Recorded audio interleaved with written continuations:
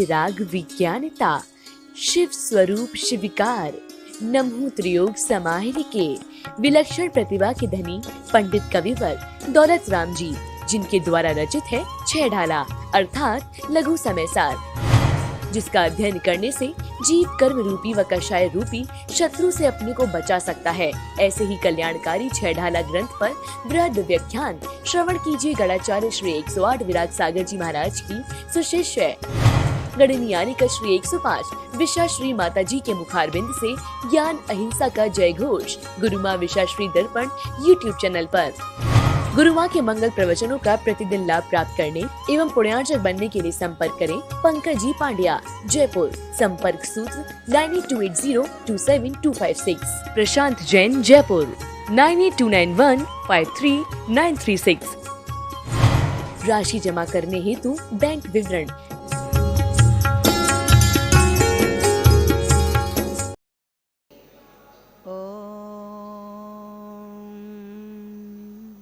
नमः सिद्धेभ्यः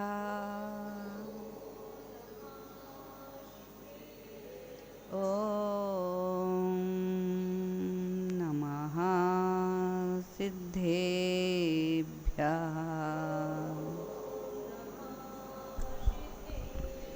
श्रीमत्परं गंभीर शाद्वादमोघलाञ्छनं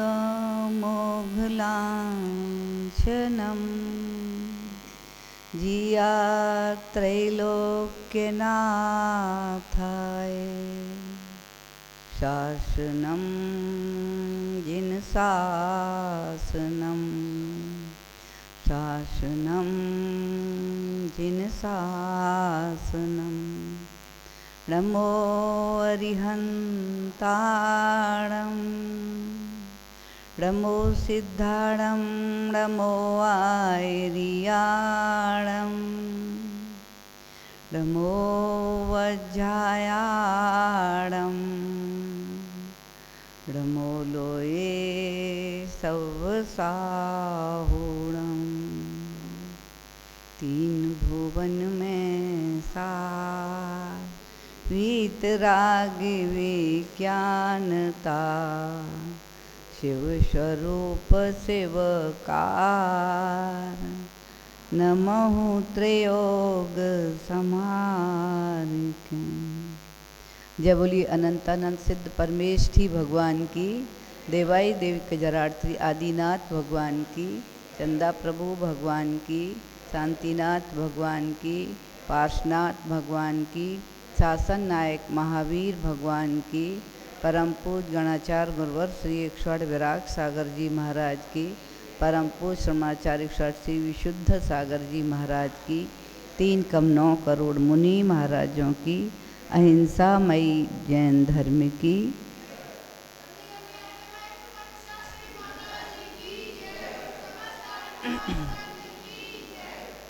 वर्तमान शासन नायक वर्धमान स्वामी की शरण निष्ठा में पार्शनाथ स्वामी के चरणों में विराजकर हम सभी उनकी पावन अमृतमयी वाणी का रसपान कर रहे हैं।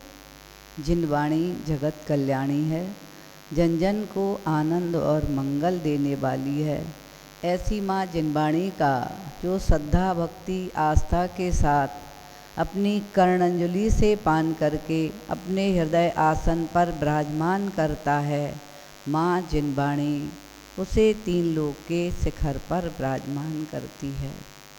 ऐसा माँ जिनवाणी का हम सभी के ऊपर परम उपकार है।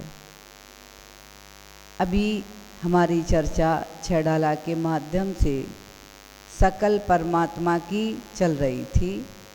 आज निकल परमात्मा की चर्चा है।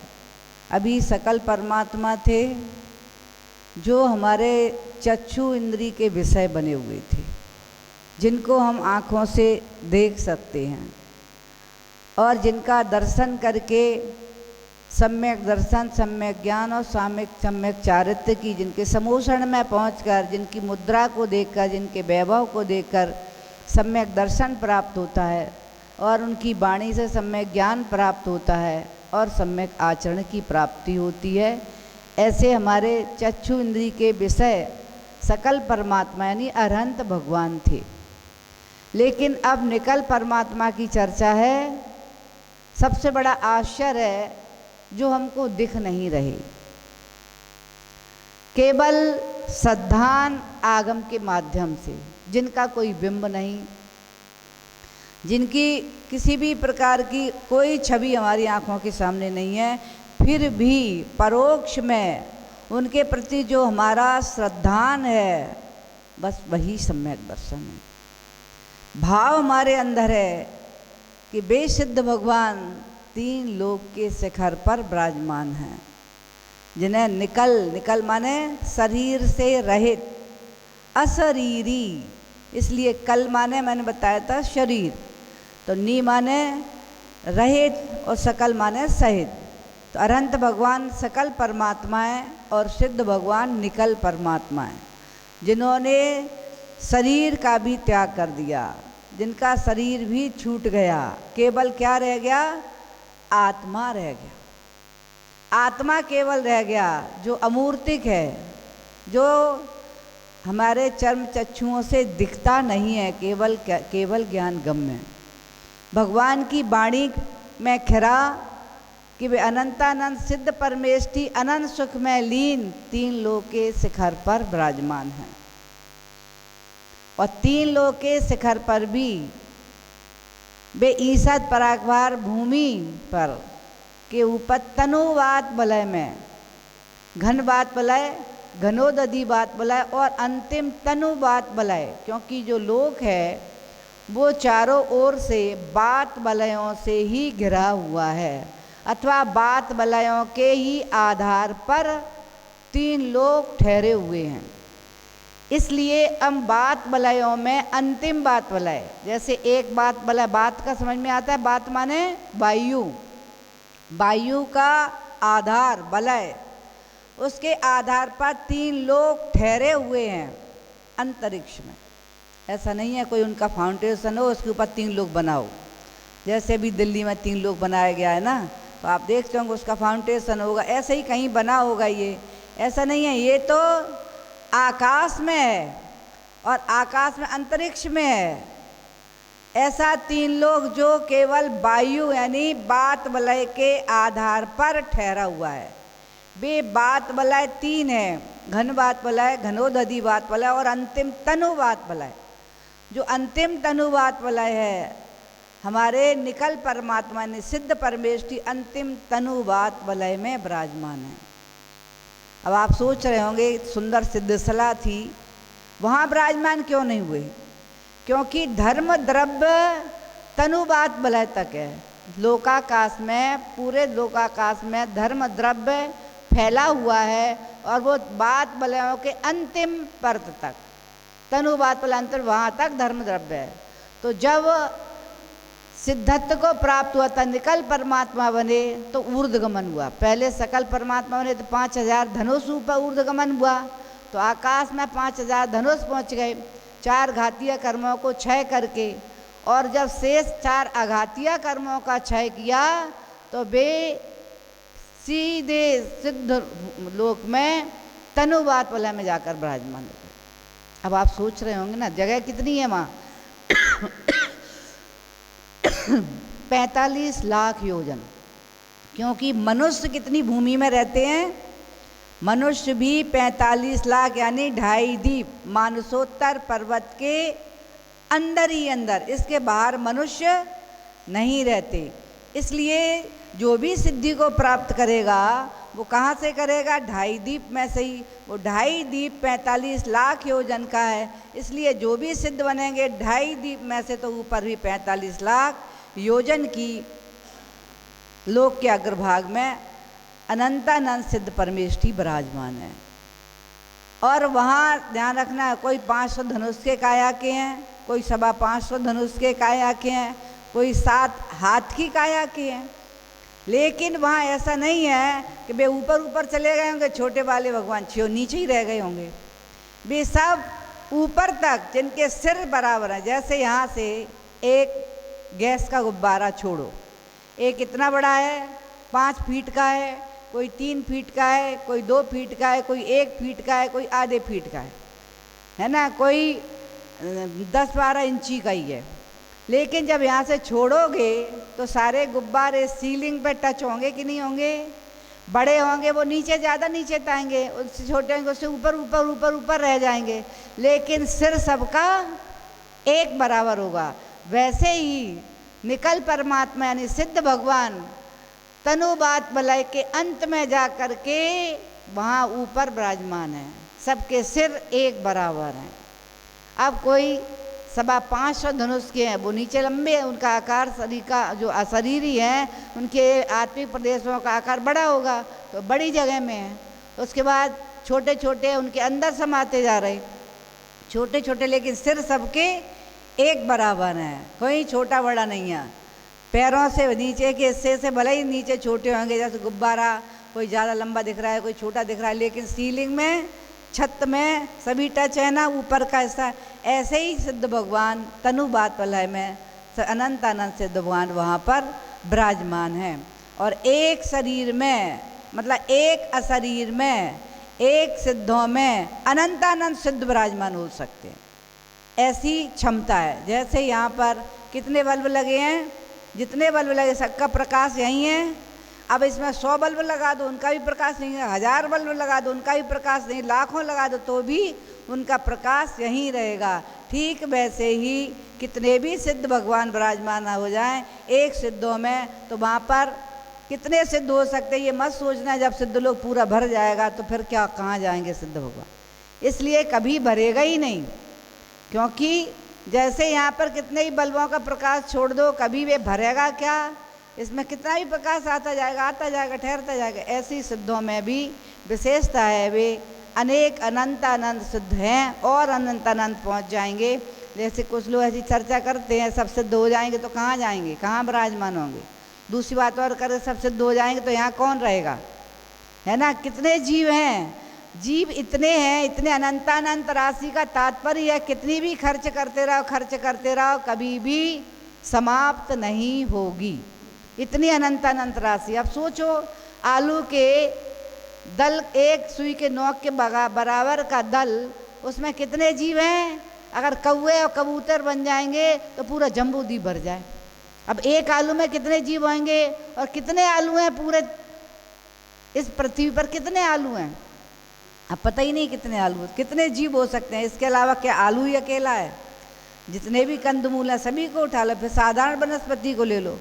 इस प्रकार से ये वाली जो लोग सोचते हैं ऐसा कि अब इतने सारे सब चले जाएंगे, सब कभी जाएंगे ना, भूतो न भविष्यति।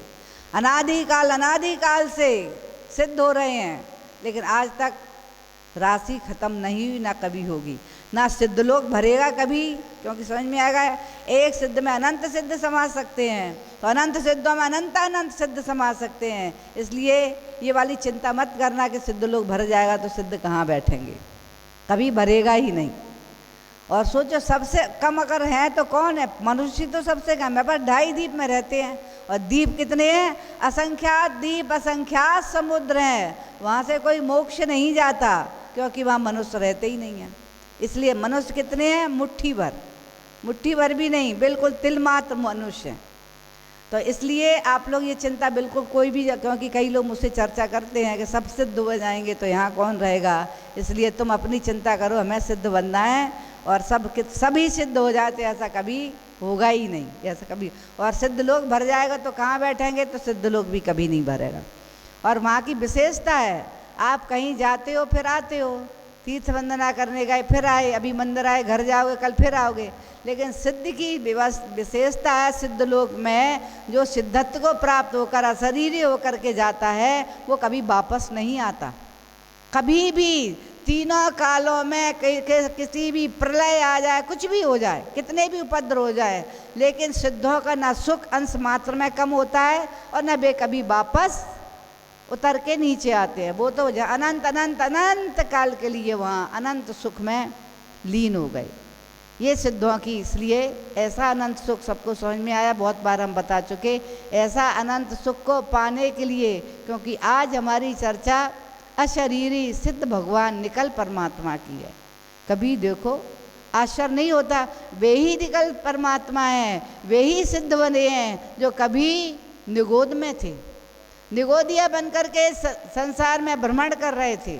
इसके बाद में कभी स्थावर में रहे, फिर इसके बाद त्रस में आए, मनुष्य गति को प्राप्त भी कर लिया तो बहिरात्मा बना घूमता रहा अजीब। जैसे अभी तक अपन घूम रहे हैं, बहिरात्मा बने ही तो घूम रहे हैं, यहाँ आए हैं बहिरात्मा ही होकर के आए हैं।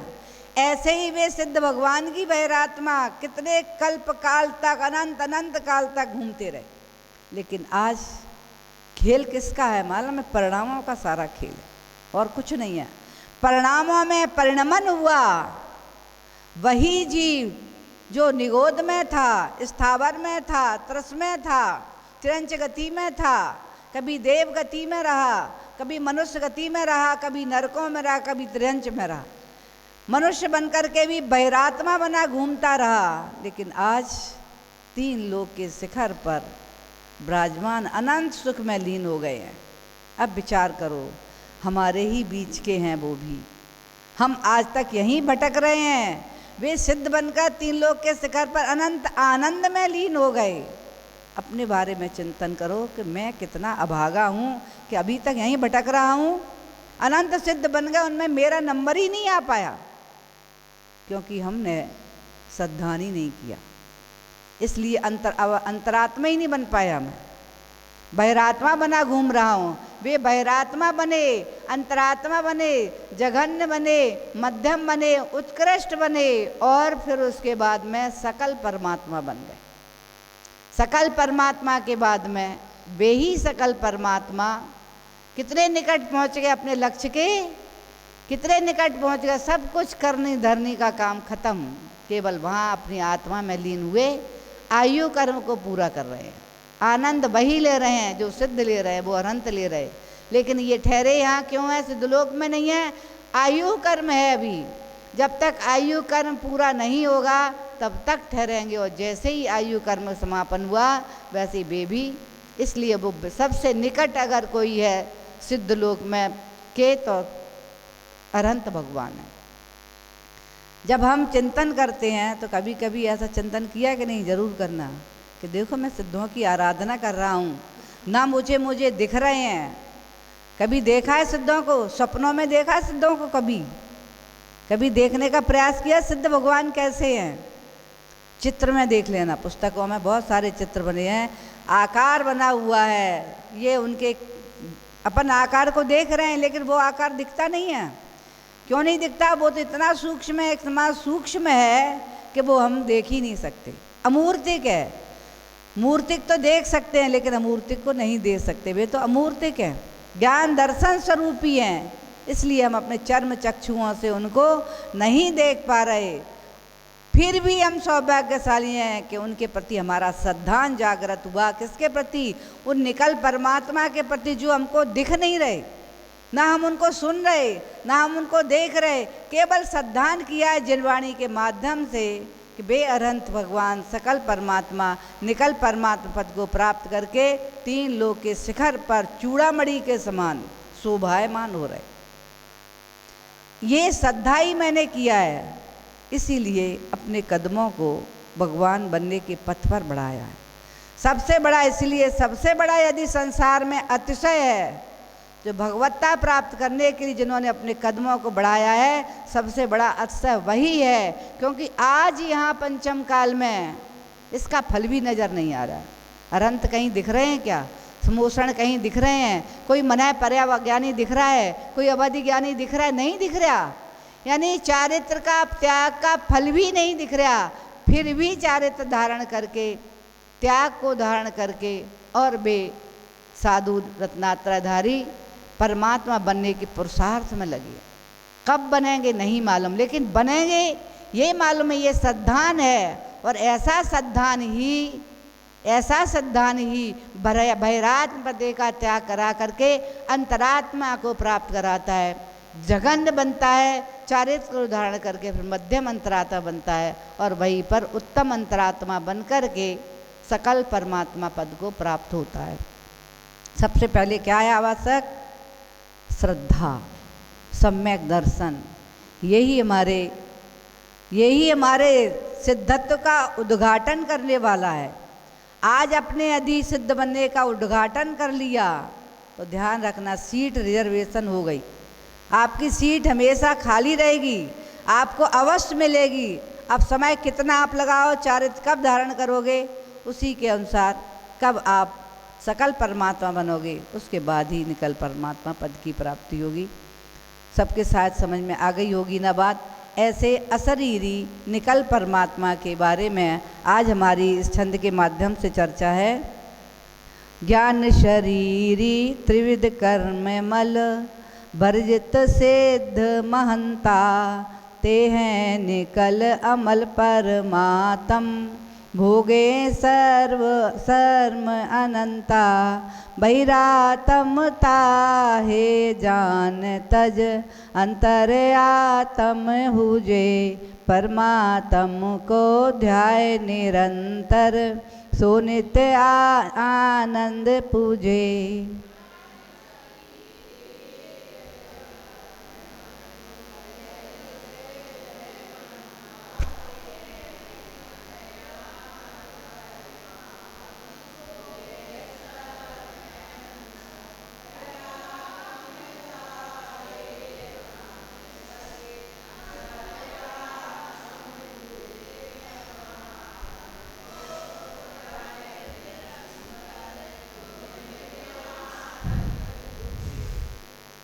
सबसे शुरू में ज्ञान शरीरी, वे कैसे हैं निकल परमात्मा? ज्ञान ही जिनका शरीर है, ये शरीर नहीं है, कोई भी शरीर नहीं, औदारिक नहीं है, परम औदारिक नहीं है, फिर कौन सा शरीर है? ज्ञान ही जिनका शरीर है, ऐसे इसीलिए उनको अशरीरी कहते हैं। ज्ञान ही, ज्ञान शरीरी, ज्ञान ही जिनका शरीर है। और क्या विशेष है? त्रिविध कर्म मल वर्जित सिद्ध महंता। त्रिविध तीन प्रकार का कर्मल, उससे वर्जित का तात्पर्य उससे वे रहित हैं। कौन रहित हैं? सिद्ध महंता, वे सिद्ध भगवान, श्रेष्ठ सिद्ध भगवान, पूज्यता को प्राप्त हुए हैं। ऐसे सिद्ध भगवान तीन लोक के शिखर पर विराजमान है। विशेषता समझ में आई कैसे? वे अशरीरी, त्रिविध कर्म मल, जो मल है ना, कौन सा मल है? कर्म मल, द्रव्य कर्म, भाव कर्म और नो कर्म। ये तीन प्रकार के मल से वे कह दिया ना, त्रिविध कर्म मल वर्जित, रहित हैं। ना उनके पास द्रव्य मल है, ना भाव मल है, ना नो कर्म द्रव्य, ना दोनों ही नहीं है। द्रव्य कर्म, भाव कर्म, नो कर्म। तो द्रव्य कर्म शायद सभी को पता होगा, ज्ञानावर्णी, दशनावर्णी, मोहनी, अंतराय, वेदनी, नाम, गोत्र, आयु। ये कर्म कैसे हैं? ये द्रव्य कर्म हैं। और इनके उदय में आने से, इनके निमित्त से जो हमारे परिणामों में संक्लेशताएं होती हैं, राग उत्पन्न होता है, द्वेष उत्पन्न होता है, क्रोध आदि उत्पन्न होता है, वैमनस्यता उत्पन्न, ये कहलाते हैं भाव कर्म। भाव कर्म और इसके बाद में नो कर्म, औदारिक, वैक्रियक आदि जो आहरक तेजस शरीर हैं, इनको नो कर्म कहते हैं। हमारा आपका कौन सा शरीर है? औदारिक शरीर है। ये कौन सा कर्म है? नो कर्म। और भगवान अनंत का कौन सा शरीर है?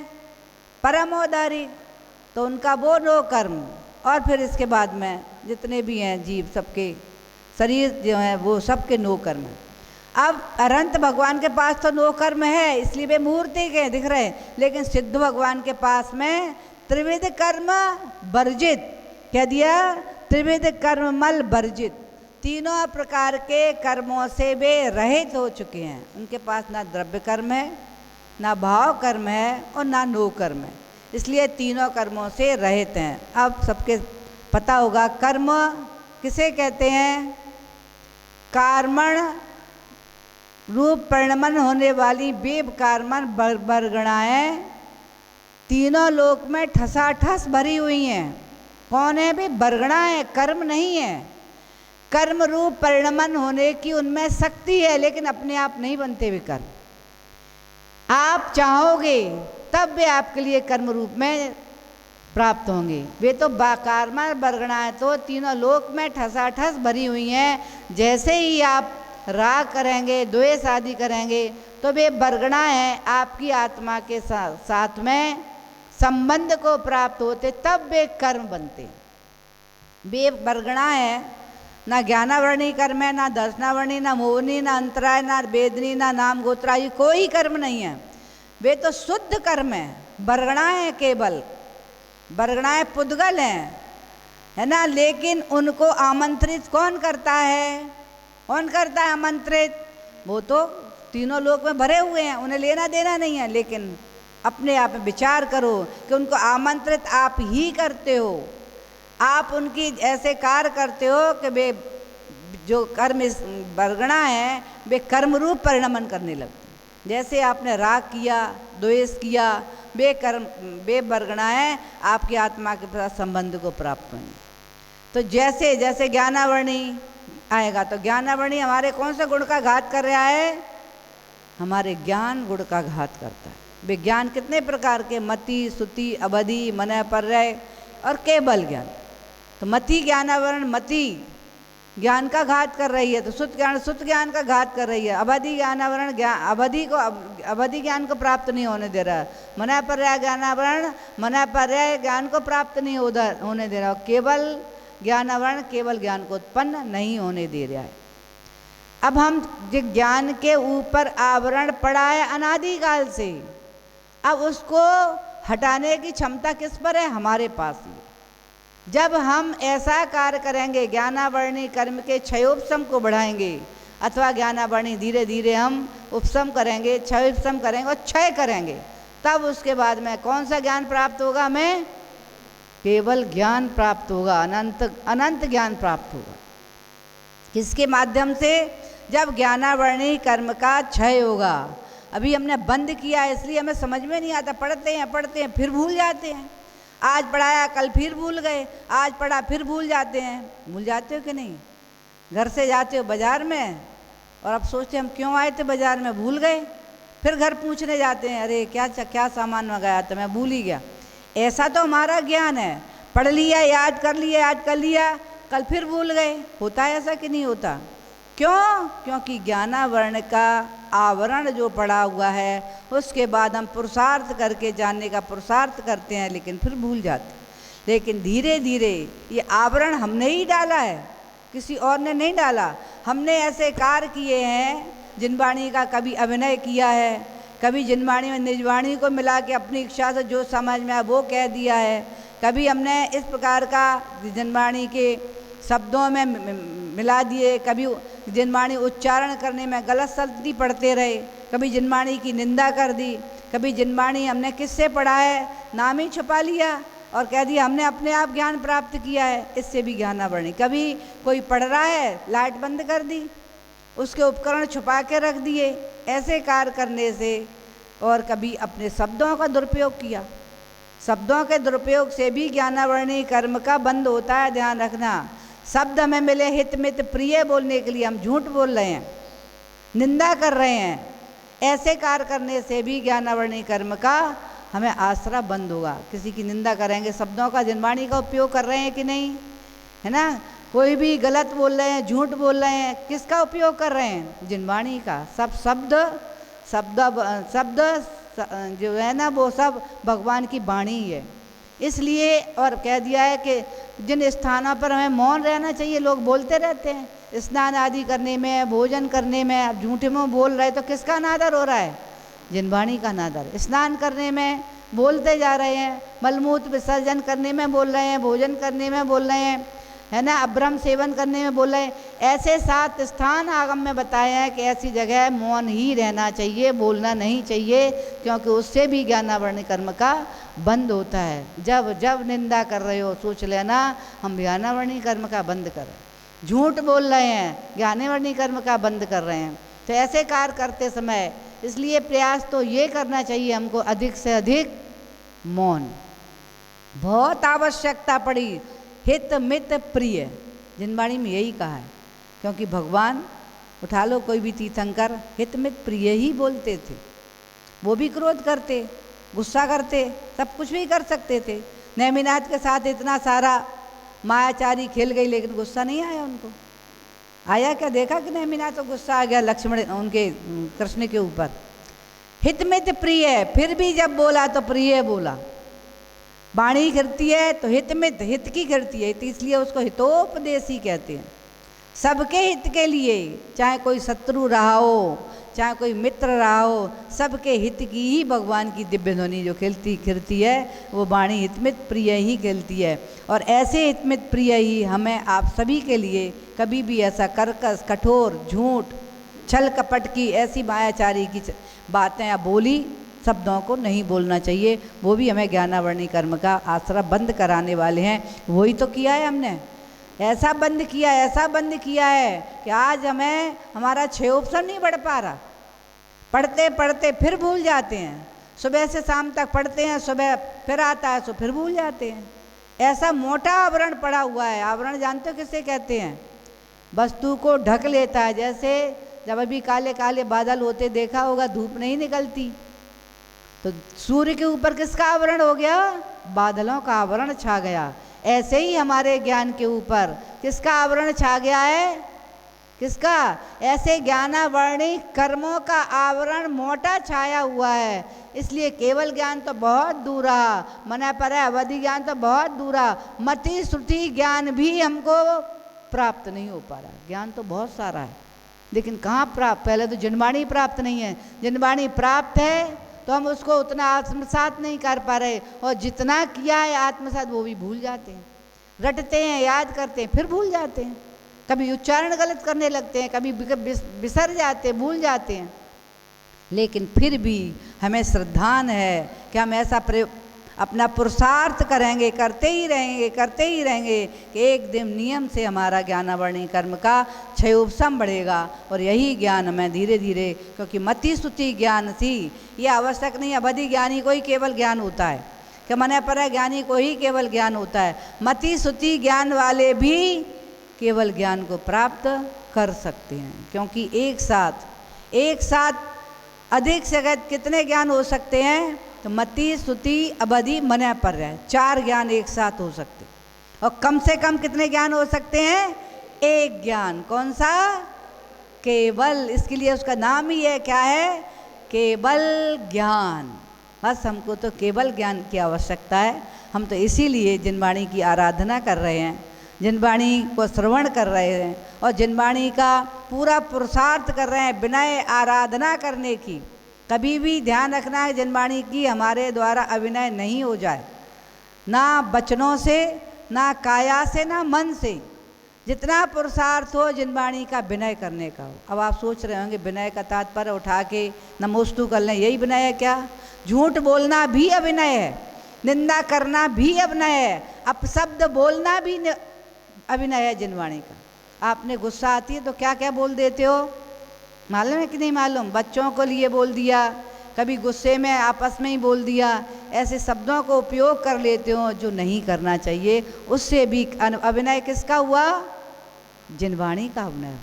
और जब हम हित मित प्रिय शास्त्रीय भाषा बोलेंगे तो जिनवाणी की उसमें विनय रहेगी, और हमारा ज्ञानावर्णी कर्म का क्षयोपशम ऐसे ही धीरे धीरे बढ़ेगा। इसलिए हमें इसका हमेशा ध्यान रखना है कि मेरे द्वारा कभी वचन के द्वारा, काया के द्वारा, कभी भी मन के द्वारा जिनवाणी का अभिनय ना हो जाए। क्योंकि जब जब अभिनय होगा तब तब कौन सा आश्रव होगा?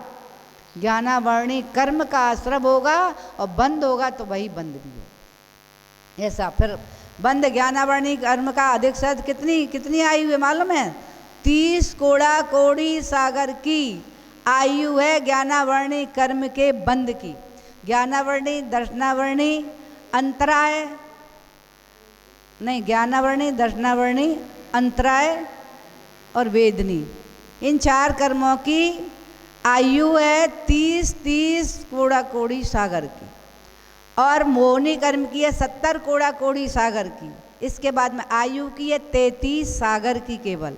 और अब शेष बचे नाम गोत्र और एक और नाम गोत्र, इनकी है 20 कोड़ा कोड़ी सागर की। ये अपनी अपनी सब कर्मों की आयु है। जिसकी अब आयु कर्म की समझ में आएगा अधिक से अधिक कितनी है? 33 सागर। अब हमने कौन सी आयु बानी ज्ञानावर्णी की हमको पता नहीं है, क्योंकि जब हम बार बार जनवाणी का अपमान करते रहेंगे, अभिनय करते रहेंगे, झूठ बोलते रहेंगे, निंदा करते रहेंगे और जनवाणी का अभिनय करते रहेंगे, अवर्णवाद करते रहेंगे, ऐसा कार्य करते निरंतर ज्ञानावर्णी कर्म का आश्रबंध होता ही रहेगा, ज्ञानावर्णी कर्म का क्षयोपशम नहीं बढ़ेगा। इसलिए ऐसे कार्यों को से हमें हमेशा बचते रहना चाहिए। और जब भी बोलो ऐसा संकल्प कर लो, मैं हित और मित प्रिय बोलूँगा वरना मौन रहूँगा, तो निश्चित ही ज्ञानावर्णी कर्म का क्षयोपशम धीरे धीरे बढ़ेगा। हमारा मति श्रुति ज्ञान थोड़ा थोड़ी बहुत है, मति श्रुति ज्ञान ही भी द्वादशांग का पाठी बन जाता है, तो ऐसा ज्ञान है। इसलिए हमें अपने ज्ञानावर्णी के जब धीरे धीरे बढ़ाएंगे क्षयोपशम को, एक दिन निश्चित ही हम भी ऐसे ही सकल परमात्मा बनेंगे, जैसे आज सकल परमात्मा है और वे ही फिर निकल परमात्मा बनेंगे। ज्ञानावर्णी के बाद दर्शनावर्णी कर्म। दर्शनावर्णी कर्म कैसा है? जो हमें सामान्य ज्ञान के पहले जो प्रतिभास होता है, आभास होता है ना, वही दर्शन कहलाता है। किसी वस्तु को जानने के पहले क्या होता है? अपन देखते हैं, सामान्य अवलोकन, उसे कहते हैं दर्शन। लेकिन भगवान के लिए तो दर्शन और ज्ञान एक साथ युगपद होता है भगवान के लिए। लेकिन हम सभी छन्मस्त हैं, इसलिए किसी वस्तु को पहले देखते हैं फिर जानते हैं। लेकिन भगवान एक साथ देखना जाना उनका एक साथ ही होता है। ज्ञान दर्शन उनके लिए एक साथ होता है, लेकिन हमारे लिए दर्शन होता है, फिर उसके दर्शन पूर्वक फिर ज्ञान होता है। ऐसा दर्शनावर्णी जो कर्म है, दर्शनावर्णी कर्म जो हमारे लिए सामान प्रतिभा यानी अवलोकन नहीं होने देता, श्रद्धा नहीं बनने देता, तो ये हमारा बंध हमने ही किया है। अनादिकाल से तो था ही, लेकिन हमने आकर के अग्रहित मिथ्यात्व के द्वारा, ग्रहित मिथ्यात्वों के द्वारा और अपने आसरा बंध से दर्शन मोहनी दर्शनावर्णी और ज्ञानावर्णी कर्म का बंद किया। जो आज हमें सम्यक दर्शन नहीं हो पा रहा, अपने बारे में विचार कर हो गया तो ठीक है, और नहीं हो पा रहा तो क्यों नहीं हो पा रहा? क्योंकि हमने ऐसे ही कार्य किए होंगे। दर्शन मोहनी कर्म के दर्शनावर्णी कर्म के बंद किए होंगे, जिस कारण से आज मुझे सम्यक दर्शन की प्राप्ति भी, सिद्धांत भी हमारा मजबूत नहीं हो पा रहा है। क्योंकि छायक तो होना ही नहीं है, छायक तो आज होना ही नहीं है, लेकिन छायोग समीक तो हो सकता है। छायोग समीक कब तक रह सकता है मालूम है? 66 सायागर तक छायोग समीक भी रह सकता है। इसलिए प्रयास हम ऐसा करेंगे, मुझे सम्यक दर्शन की प्राप्ति हो, वो सम्यक दर्शन हमें छायक सम्यक दर्शन प्राप्त कराने वाला हो। ज्ञानावर्णी, दर्शनावर्णी, इसके बाद में मोहनी कर्म। मोहनी कर्म की आयु कितनी है? 70 कोड़ा कोड़ी सागर की है। अब विचार करो, अगर बंद कर लिया तो कब तक का कर लिया कोई भरोसा नहीं। और 70 कोड़ा कोड़ी सागर, भटकना पड़ेगा कि नहीं संसार में? फिर जब कम पूरा होगा तभी तो फिर जा कर के उसके बाद ही तो चारित्र की प्राप्ति हो पाई। उसके भी 2 भेद कर दिए। मोहनी कर्म 2 प्रकार का है, दर्शन मोहनी और चारित्र मोहनी। यानी एक सर्प होता है ना, 2 मुही होता है, देखा है कि नहीं किसी ने? एक सर्प होता है, उसके 2 मुख होते हैं, देखा होगा कि नहीं? दोनों मुखों से वो दोनों मुखों से ही खाता पीता है, दोनों ओर से चलता है। देखा है किसी ने? कहीं नहीं देखा। उसका नाम क्या है? नहीं पता किसी को? 2 मुखी सर्प, जिसको दूसरा एक नाम उसको कुचलैंड भी कहते हैं। अब यहाँ क्या कहते हैं मुझे नहीं मालूम, उसको क्या कहते हैं। ऐसे ही मोहनी कर्म 2 मुही सर्प के समान है, इधर दर्शन का घात करता है और उधर चारित्र का घात करता है। इधर चारित्र नहीं होने दे रहा, उधर दर्शन नहीं होने दे रहा। वो कैसा होता है मोहनी कर्म? जैसे नशीले पदार्थ का सेवन करने वाला व्यक्ति उन्मत्त हो जाता है, जो जैसा मन में आता है वैसा करता है कि जो बोलना होता है वो बोलता है, कभी सही भी बोलता है, कभी गलत बोलता है। शराबी को देखा होगा, कभी तो सही सही बोलता है, कभी उल्टा सीधा बोलता है। ऐसे ही जो मोहनी कर्म है, पर को अपना मानता है, पर वस्तु है उसको ही मेरा है, मेरा है, मेरे में ही लगाए। जबकि पर वस्तु पर है, मेरी वस्तु मेरी है, मेरा क्या है? केवल आत्मा मेरा है, बाकी सब पर है। लेकिन हम फिर भी कहते ये मेरा है, ये मेरा है, ये मेरा है, ये सब मेरा है, परिवार मेरा है, सब में। लेकिन ध्यान रखना ये है किसकी अपेक्षा से है? किसकी अपेक्षा से है? पर्याय की अपेक्षा से है, और भी सद्भूत व्यवहार नहीं किया, सद्भूत व्यवहार नहीं की अपेक्षा से है, सभी में लगाओ, लेकिन शुद्ध निश्चय नहीं की अपेक्षा से तो मेरा कौन है? केवल मेरा आत्मा ही मेरा है, क्योंकि वही मेरे हमेशा रहता है। आत्मा यहाँ आया था, आत्मा आया था माँ के घर में, तो कौन आया था साथ में? क्या आंखें साथ में आई थी? ये शरीर आया था साथ में? क्या मालूम है ना सबको? जब माँ की घर में आया था मैं, तब क्या था मेरे साथ? कर्म और आत्मा। बाकी सबकी रचना तो घर में ही हुई है। शरीर कहाँ बना? गर्भ में बना। नाक, कान, आँख, मुख, हाथ, पैर, सब की रचना कहाँ हुई? हमारे साथ कुछ भी नहीं आया। और जब जाते हैं तब भी कुछ जाता है, आप देखते होंगे। अगर घर में आता हुआ नहीं दिखा तो जाता हुआ तो देखते हो। शरीर वहीं पड़ा है, शरीर की सारी वस्तुएं वहीं पड़ी हैं, शरीर के वस्त्राभूषण शरीर पर पड़े हैं, आंखें भी लगी हैं, नाक भी लगी है, कान भी लगे हैं, हर वस्तु जो अंग प्रत्यंग उपांग थे सब वही हैं। एक भी अंग आत्मा के साथ नहीं गया। जो गया है वो कौन गया है? जो आपने कर्मों का बंद किया है, शुभ अथवा अशुभ कर्म की बंद किया है, वे कर्म आत्मा के साथ में गए हैं, क्योंकि वे ही तो आत्मा में मिल गए हैं। उनका आत्मा के साथ कैसा संबंध हो गया है? कर्मों का संश्लेष, दूध और पानी की तरह। अभी हम दूध ही हैं, लेकिन सकल निकल परमात्मा कौन बन गए? वे घी बन गए। घी दूध से ही बनता है, लेकिन दूध अलग है और घी अलग है। बनता है कि नहीं? दूध थे वे भी पहले हमारे आप की तरह, लेकिन आज घी बन गए। घी कभी दूध बनता है दोबारा? कभी भी सैकड़ों वर्षों बाद भी रखे रहा वो दूध बनेगा, लेकिन दूध नहीं बनेगा, भले ही सड़ जाएगा, गंध देने लगेगा, बदबू आने लगेगी, लेकिन घी कभी दूध नहीं बनेगा, ध्यान रखना।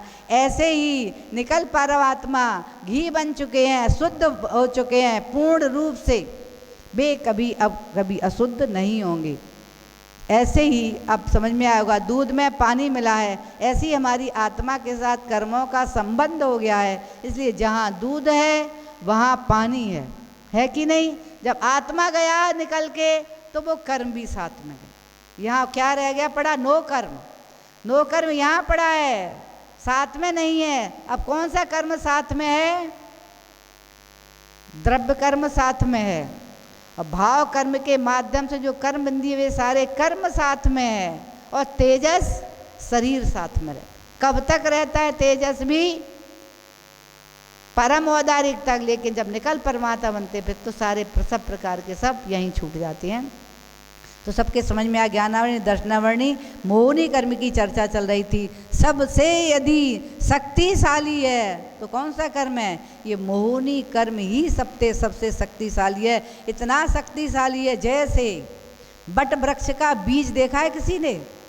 बट वृक्ष का बीज राई के दाने के बराबर का होता है, और वह राई के दाने के बराबर का बट का बीज किसी भवन के ऊपर अगर पड़ जाए, बनाते बनाते, जैसे भवन बन रहा है, मिस्त्री कार्य कर रहा है, और कहीं से वह पक्षी बट वृक्ष के फल होते ना, उसके बीज, और उसके मुख से अथवा बीट के माध्यम से वहाँ गिर जाए बनाते समय, उस दीवार में उसके साथ में दीवार बनती चली जाए, भवन बन जाए, लेकिन जैसे ही वो धीरे धीरे नमी को पाएगा वह सारी इमारत को फाड़ देता है। कभी आपने देखा है शिखर के ऊपर भी बट वृक्ष उगाता है। कभी दीवारों में देखा आपने बट वृक्ष उगाते हैं छोटे छोटे से। उनका तात्पर्य है उनके रेत के साथ में या बनते समय में कहीं बीज चला गया, और बीज ने कितनी पक्की भवन को, इमारत को, शिखर आदि को भी फाड़ के और उसमें से निकल के बाहर आए। ठीक वैसे ही ये मोहनी कर्म इतना शक्तिशाली है, यदि चारित्रधारी के उदय में मोहनी कर्म आ जाए तो चारित्र को फाड़ देता है, चारित्र को नष्ट कर देता है। ऐसा ये मोहनी कर्म है। ये इसकी आपको पता चल गया, ये 2 प्रकार का है। इधर सम्यक दर्शन का भी घात करता है, उधर सम्यक चारित्र का भी घात करता है। कसाय की तीव्रता होती है तो चारित्र का घात करता है, और जब कभी ऐसे अवर्णवाद करता है, केवली सुसंग धर्म देवाद अवर्णवादो, ये करता है, उससे दर्शन मोहनी कर्म का आश्रय और बंद होता है। इस कारण से जब तक ऐसा करते रहेंगे सम्यक दर्शन नहीं हो पाएगा, और जब तक ऐसी कसाय बनी रहेंगी तीव्र तो सम्यक चारित्र की भी प्राप्ति नहीं होगी। इसलिए नम्रता आना आवश्यक है, और ऐसे कार्य करना, ऐसे जो अभी बता दिया केवली शुद्ध संग धर्म देवाण अवर्णवाद, इनके प्रति कभी भी अपने द्वारा ना मन वचन से ना काय से कभी भी ऐसा वर्णवाद नहीं करना, जिससे हमारा दर्शन मोहनी कर्म और मजबूत होता चला जाए। और ऐसी तीव्र कसाय मत रखना जिससे हम चारित्र ले ही नहीं पाए, चर्चा ही चर्चा करते रहें, जिनवाणी सुनते रहें, लेकिन चारित्र के भाव ही नहीं बनेंगे जब तीव्र कसाय परिणाम बने रहेंगे। और सबको समझ गया, ऐसे मोहनी कर्म बंद कर लिया अगर 70 कोड़ा कोड़ी का, तो 70 कोड़ा कोड़ी भटको चारित्र लेंगे नहीं, भाव ही नहीं बनेंगे जब तक वो कर्म तीव्र रहेगा उधर में।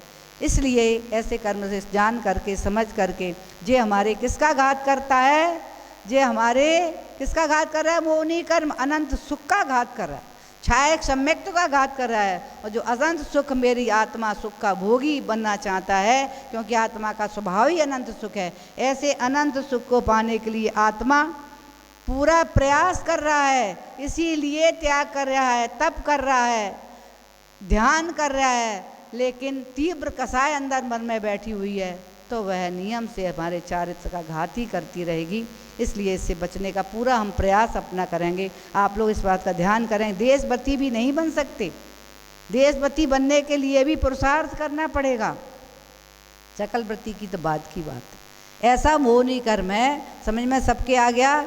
ऐसे मोहनी कर्म ने हमें अनादिकाल से जकड़ के रखा है, चारित्र लेने के भाव ही नहीं होते, और कभी भाव भी होते हैं तो निमित्त नहीं मिलते, कभी निमित्त मिलते हैं तो अपने भाव, शारीरिक क्षमता आदि कहीं ना कहीं कुछ ना कुछ बहाना बना ही रहेगा, चारित्र नहीं ले पाएंगे। क्योंकि चारित्र मोहनी कर्म का यदि तीव्र हमने बंद किया है, वो कैसे क्षय होगा, वो क्षय ऐसे ही होगा कि फिर भी हम बार बार चारित्र लेने के परिणाम बनाएंगे, त्याग करने की भावना बनाएंगे, थोड़ा थोड़ा चारित्र पुरुषार्थ करेंगे, और जब पुरुषार्थ करते करते एक दिन निश्चित ही फिर हम उन कर्मों का धीरे धीरे निर्जरा करके, और निर्जरा जैसे ही पूरा जब पता चल गया, केवल ज्ञान तो तभी होता है जब पूर्ण रूप से मोहनी कर्म का क्षय होता है। अब इसके बाद में ज्ञानावर्णी समझ में आ गया, दर्शनावर्णी मोहनी कर्म, और मोहनी कर्म का जैसे ही क्षय होता है तो ज्ञानावर्णी, दर्शनावर्णी और अंतराय कर्म, अंतराय कर्म जो हमारे दान, लाभ, भोग, उपभोग आदि में बाधा डालता है।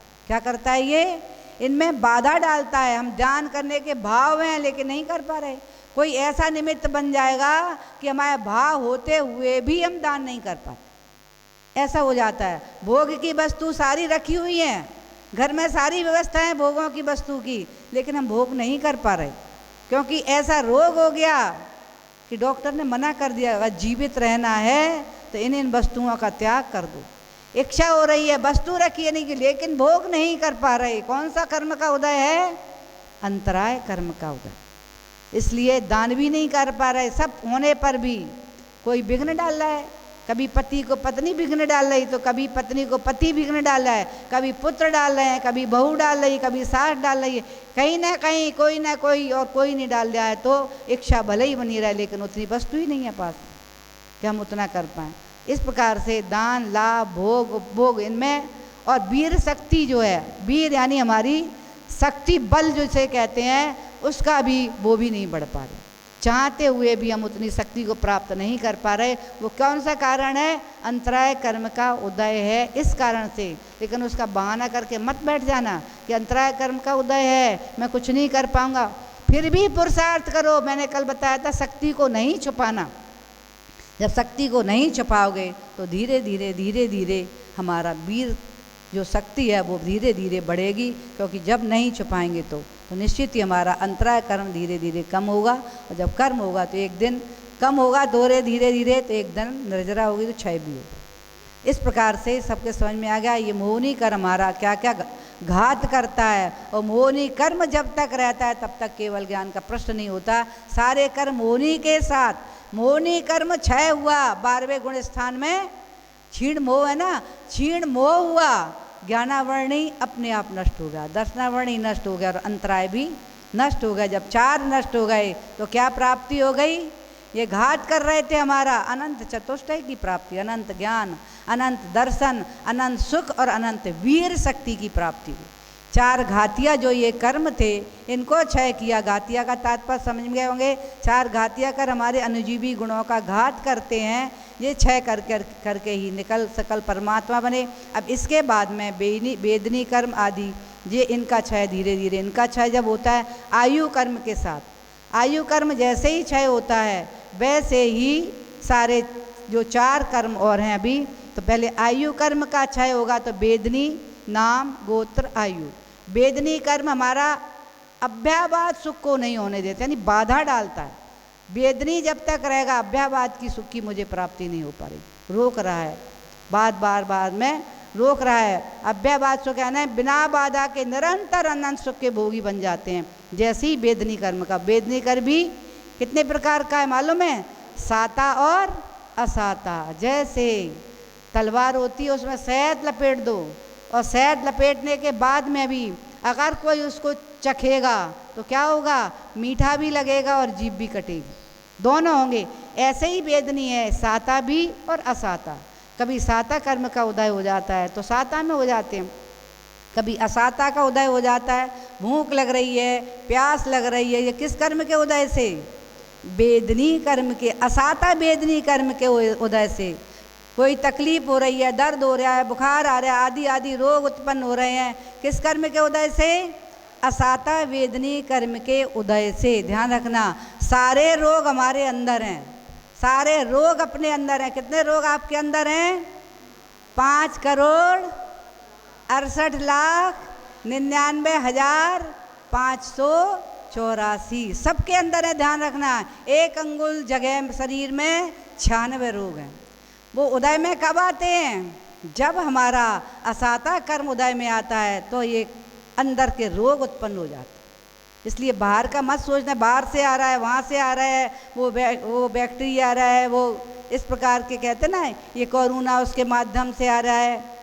तो ये सारे रोग आते हुए भी जब हमारा असाता का उदय होगा तो हमारा संपर्क होगा और रोग उत्पन्न होगा। और आपका अगर साता का उदय है तो आपके पड़ोसी को हो जाएगा, आपके बगल में बैठे उसका असाता है उसके हो जाएगा। आपका साता का उदय है तो आपको नहीं होगा। लेकिन ये मत सोच लेना कि आप सुरक्षा नहीं करो, सुरक्षा तो करना ही है। जो सुरक्षा बताई है ये सारी सुरक्षाओं के साथ में, क्योंकि आबैल मोई मार वाला काम मत कर लेना। कुछ लोग यही कर लेने, अब आएगा ही नहीं। क्योंकि हम लोग वहाँ थे औरंगाबाद में, तो कुछ लोग कहते थे अरे अपन तो जैन हैं, जैनों को रोग होगा ही नहीं, कैसे अपने ऊपर आक्रमण करे, अपन देख भगवान की भक्ति करते। हमने कहा भैया इस पर मत फूलो, असाता का जब आ जाएगा तब रोग आपका प्रकट हो जाएगा। तो अभी नहीं मानते थे। जब जैनों को हुआ, आसपास लोगों को पॉजिटिव आने लगा, फिर घबरा गए लोग, फिर सुरक्षा करना प्रारंभ की। क्योंकि वो उनको सोच रहे थे कि हमारी तो बापोती है ना, कि हम तो भगवान के भक्त हैं, तीर्थंकर के भक्त हैं, जैन हैं हमको तो ये रोग होगा ही नहीं। और मुझे लगता है दूसरे नंबर पे जब आया तो उसमें सबसे ज़्यादा लापरवाही जैनों ने ही की थी, इसलिए उसके भुक्तभोगी जैन ही बने। इसलिए मेरा कहने का तार ये मत सोच लेना कि मुझे नहीं होगा, क्योंकि साता कर्म का पता नहीं, साता का आश्रव कब कब का हो जाता है पता है? असाता वेदनी का आश्रव कब करते हो? जब किसी जीव को सताते हो, चाहे एक इंद्री को, चाहे दो इंद्री को, चाहे तीन इंद्री को, चाहे चार इंद्री को, चाहे पांच इंद्री को, किसी को भी, पांच इंद्री माने त्रियंच को या मनुष्य को, परिवार के या पड़ोसी को या रिश्तेदार को, किसी मित्र को, कोई भी आपस में एक दूसरे को सताता है, दुख देता है, चाहे मानसिक दुख देता हो, चाहे शारीरिक दुख देता हो, चाहे कैसा भी दुख देता हो, उस समय आपको असाता वेदनी का आश्रव। एक इंद्री जीव को भी सताते हो तो भी असाता का आश्रव बंद होगा। दो इंद्री जीव को सताते हो तो असाता का आश्रव बंद होगा। तीन इंद्री, चार इंद्री, किसी भी जीव को, अब जीव तो कहाँ कहाँ है मालूम है सबको कि नहीं? अभक्ष्य वस्तु खा रहे हो, अनछना पानी इस्तेमाल कर रहे हो, कौन सा आश्रव हो रहा है? असाता वेदनी का आश्रव हो रहा है, ध्यान रखना। जब जब अनछने पानी से स्नान करो, असाता का आश्रव चल रहा है। जब जब अनछना पानी पियो, कपड़े धो, नहाओ, कुछ भी करो, चाहे बर्तन मांजो, चाहे भोजन बनाओ, चाहे घर की साफ सफाई करो, चाहे स्नान करो, चाहे वस्त्र धोए, किसी में भी अनछना पानी इस्तेमाल कर रहे हो तो कौन सा आश्रव चल रहा है? असाता वेदनी का। अभक्ष भक्षण कर रहे हो, जीवों को सता रहे हो कि नहीं? जीव हैं कि नहीं? अभक्ष में कितने इंद्रिय? 4 इंद्रिय तक के जीव में, अमर्यादित वस्तु में, उनका भक्षण कर रहे हो। करते करते जो आश्रव चल रहा है, कौन सा चल रहा है? असाता वेदनी का। ढेर लगता जा रहा है कर्मों का। उधर में आएंगे कि नहीं आएंगे? वे कहाँ जाएंगे? निर्जरा कैसे होगी उनकी? बंद करते जा रहे, करते जा रहे, उदय में आते तो हम रोते हैं। तब क्या करते हो? ये रोग हो गया, ये परेशानी हो रही है, ऐसा कष्ट, कर्म दुष्ट आया है। अब दुष्ट कहाँ से आया? कर्म दुष्ट नहीं है। इसलिए मैंने अभी पहले ही कह दिया कि कर्म ईमानदार हैं, निर्मल हैं। निर्मल है कर्म वर्गणाएं तो, ना वे सुख रूप है, ना वे दुख रूप है, ना वे साता रूप है, ना असाता रूप है। उनको तो हमने अपनी परिणति से परिणमन करा है। हमने अपनी परिणति से, जैसे हमने प्रणाम किए, असाता रूप किए तो असाता का आश्रव हो गया, साता रूप किए तो साता का आश्रव होगा। जैसे हम अपने परिणाम बनाएंगे वैसे ही कर्मों का परिणमन हम स्वयं कर रहे हैं। कर्म तो ध्यान रखना निर्मल हैं, कर्मण वर्गणाएं किसी रूप नहीं है, 8 कर्म रूप नहीं है। हम स्वयं अपने ही परिणामों के माध्यम से उन कर्मण वर्गणाओं को परिवर्तित करके और अपनी आत्मा के साथ में संबंध को प्राप्त करा। किसकी गलती है? हमारी। विचार करो, बोलो किसकी गलती है? आपकी गलती है। इसलिए जब असाता उदय में आए, किसी भी प्रकार का संकट, दुख कई प्रकार का हो सकता, शारीरिक हो सकता है, मानसिक हो सकता है, आगंतुक हो सकता है, बहुत सारे प्रकार के हो सकते हैं। वे सारे दुख असाता वेदनी कर्म के उदय से ही आए हैं। किसी भी प्रकार का, चाहे पारिवारिक हो, चाहे सामाजिक हो, चाहे शारीरिक, कुछ भी हो, तब चिंतन करना ये आश्रम मैंने ही किया था। कर्म हमें नहीं सता रहा, कर्मों को मैंने आमंत्रित किया है और आमंत्रित करके उनको संबंध किया है, आत्मा के साथ एक में संबंध कर दिया है। अब ये उदय में आएंगे कि नहीं आएंगे? अथवा ऐसा काम कर लो, उदय में आने के पहले उदीर्णा कर दो उनकी। उदय में आने के पहले उनकी उदीर्णा करो, इतना साता वेदनी का आश्रव करो, इतना करो, इतना करो कि वे उदय में ही नहीं आ पाए। साता का सबको सुखी, एक इंद्रिय को सुखी करो, 2 इंद्रिय को, 3 इंद्रिय को, 4 इंद्रिय को, 5 इंद्रिय, सबको सुखी करो। केवल भावनाओं से ही नहीं, शरीर से भी, वचनों से भी और काया से। जब हर जीव को सुख करने का पुरुषार्थ आपका चलेगा तो फिर क्या होगा? किसकी उदीर्णा होगी? जब ऐसा आप कार्य कर रहे हैं तो असाता वेदनी आएगा भी, उसकी उदीर्णा हो जाएगी। आपको कष्ट मिलेगा, उतनी तेज नहीं मिलेगा, थोड़े में ही निकल जाएगा, क्योंकि आप ऐसा पुण्य कार्य कर रहे हो कि आपने उन पाप कर्मों को कृष्टीकरण, टुकड़े टुकड़े कर दिए इस प्रकार से। क्योंकि जो कर्म खंडे के रूप में, शिला के रूप में गिरने वाला था, आपने ऐसा कार्य किया, ऐसा कार्य किया, ऐसा साता का आश्रव, सब जीवों को साता देने का पुरुषार्थ कर रहे हो, तो आपका स्वाभाविक ही है, आपका साता आएगा भी तो टुकड़े होकर के आएगा। बंद किया होगा बड़े रूप में, लेकिन आज वो हमने अपने ऐसा पुण्य किया है कि पाप के टुकड़े टुकड़े कर दिए, कृष्टीकरण कर दिया। वे खंडे के और शिला के रूप में गिरने वाले थे, वे रेत के रूप में, छोटी छोटी गिट्टी, डस्ट के रूप में गिर रहे हैं। तकलीफ हो रही है, रोज़ परेशानी हो रही है। देखने वाला कहेगा ये रोगी बना रहता है, लेकिन फिर भी विचार करना, मैं रोगी होकर के भी भगवान की आराधना तो कर रहा हूँ, क्योंकि मैं अपने आराधना के माध्यम से, ऐसे कार्यों के माध्यम से, पुण्य के माध्यम से पापों का मैं खंड खंड करते करते ऐसे पाप कर दिए जो थोड़े थोड़े रूप में आ करके और निकलते जा रहे हैं। उसमें हम अपने आवश्यकों को भी करते जा रहे हैं। शायद सबके समझ में आ गया होगा। शेष चर्चा समय अपनी गति से हो रहा है, आगे के कर्मों की चर्चा आगे करेंगे। जय बोलिए महावीर भगवान की।